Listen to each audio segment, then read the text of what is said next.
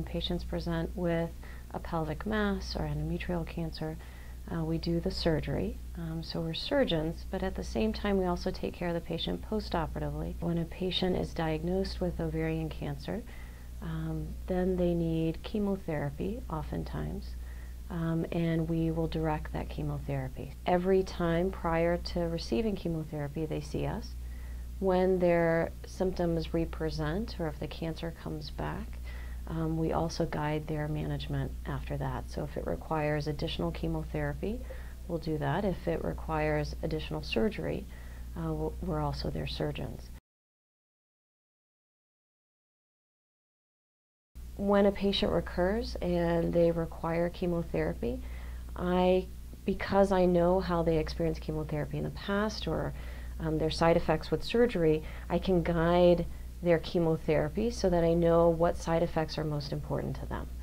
If we need other physicians involved, radiation oncologist or geriatrics or palliative care, or we will often coordinate the care because we know ultimately what's best for our patients. Because we have that long-term relationship, we're in constant communication with them, and then we're able to communicate those desires of care to other physicians.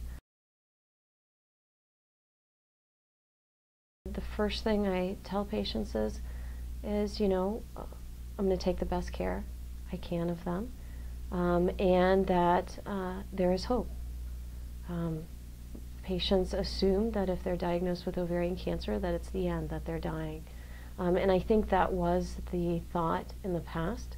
But we've come a long way with chemotherapy, we've come a long way with our surgeries, with being able to offer minimally invasive surgery so patients heal much better after surgery. And our focus is not just on treating the cancer, but also managing their symptoms. So I think life is much better for them. Their quality of life is much better. And patients live longer when their quality of life, I think, is better.